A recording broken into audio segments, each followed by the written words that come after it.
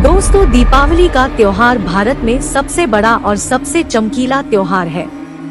यह रोशनी का त्योहार है जो बुराई पर अच्छाई की जीत का प्रतीक है।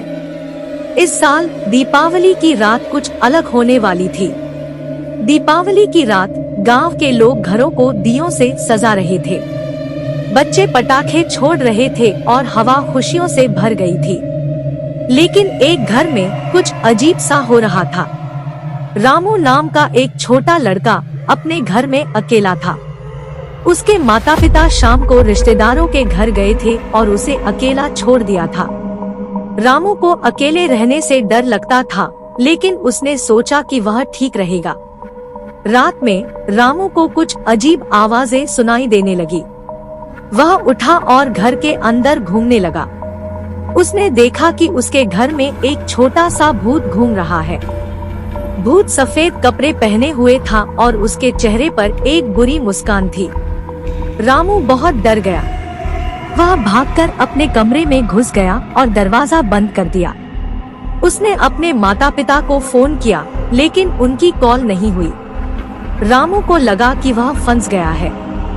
भूत ने रामू के कमरे का दरवाजा खटखटाना शुरू कर दिया। रामू बहुत डर गया था। वह रोने लगा और मदद के लिए चिल्लाया, लेकिन कोई नहीं आया। भूत ने अचानक कमरे का दरवाजा खोल दिया और रामू की तरफ बढ़ने लगा। रामू बहुत डर गया था।